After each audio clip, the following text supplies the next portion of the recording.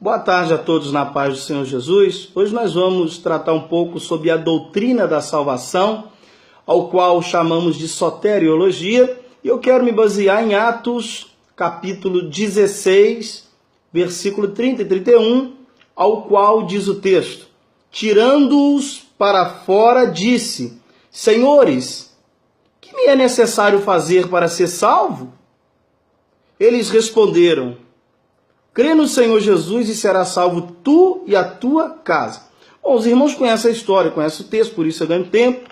Se trata de um fato ocorrido onde Paulo estava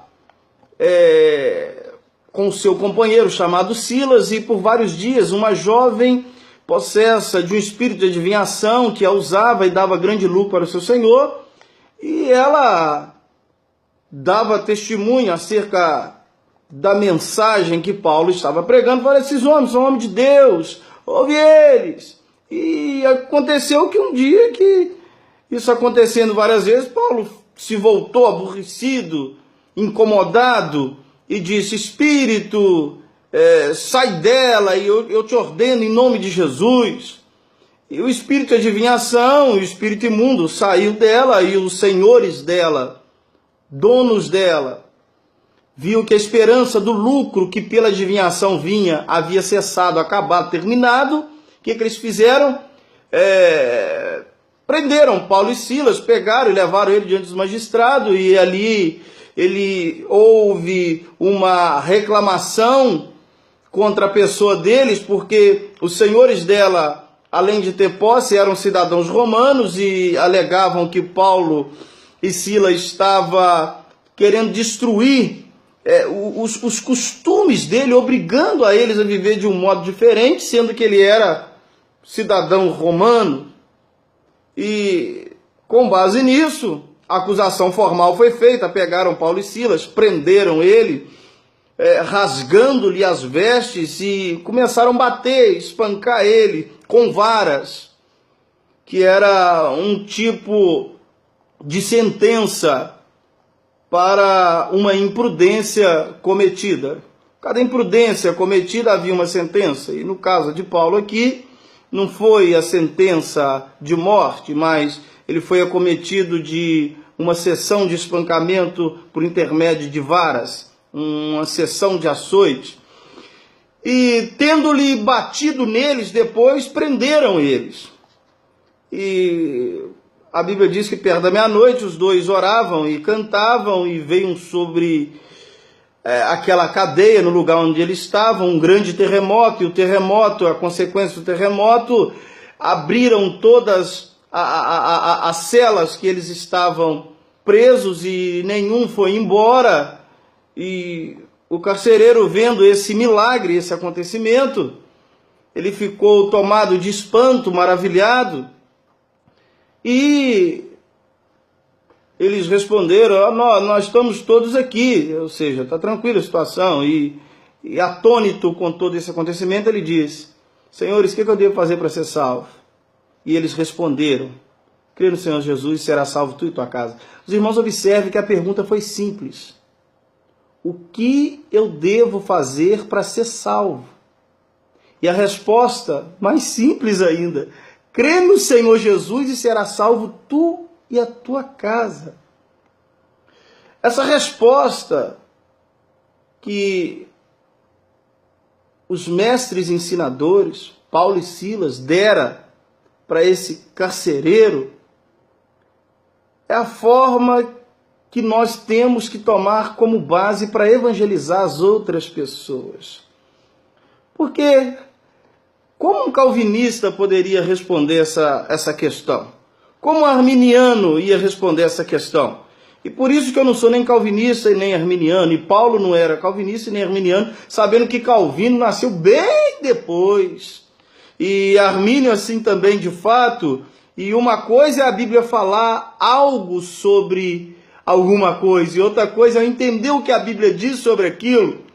Paulo poderia ter falado: não, você foi escolhido pela soberana vontade de Deus, e parabéns, você agora é salvo. E o arminiano poderia dizer: pela presciência de Deus você foi escolhido, parabéns, agora você é salvo. Mas, irmãos, não é esse o tipo de evangelho que Paulo está ensinando. Ele simplesmente disse para o carcereiro: crê no Senhor Jesus e será. Os irmãos observem que tem uma condição aqui. Qual que é a condição para ser salvo? Crê no Senhor Jesus. Esse crer está englobado muita coisa. Vem o arrependimento, a metanoia, a mudança de pensamento, de convicção, de rumo, o que nós chamamos de conversão. Essa transformação é, claro, operada pelo Espírito Santo. O toque é divino, a reação do toque é humana. Então o que acontece? Ele disse: creia no Senhor. E em consequência do crer, seria salvo ele e a casa dele também. E os irmãos observem que essa profecia se cumpriu logo. Por quê? Porque a Bíblia diz, no versículo 32, e lhe pregaram a palavra do Senhor e a todos os de sua casa.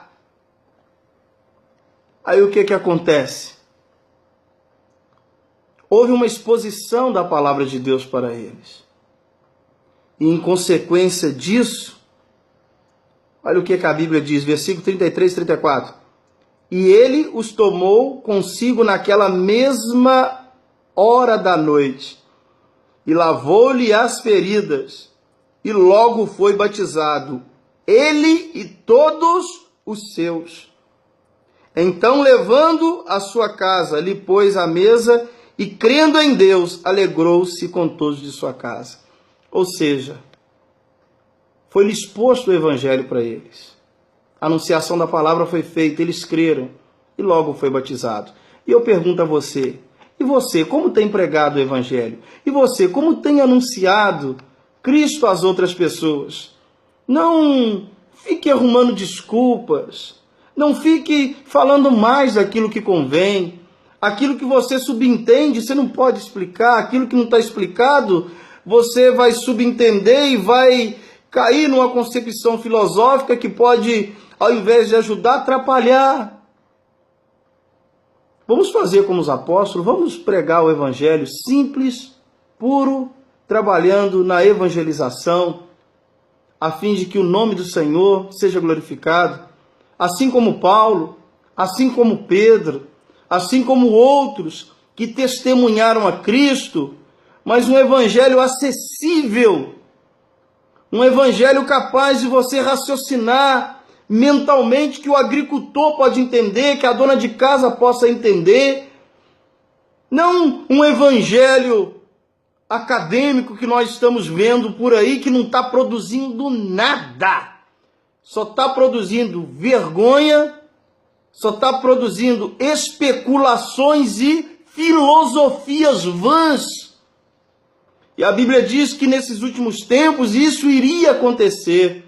Mas anátema, maldito é aquele que pregar outro evangelho. Irmãos, deixemos as nossas conjecturações acadêmicas para as nossas salas de aula. O povo aí fora está com sede. E eles querem um evangelho não só de palavras, mas em manifestação do poder de Deus.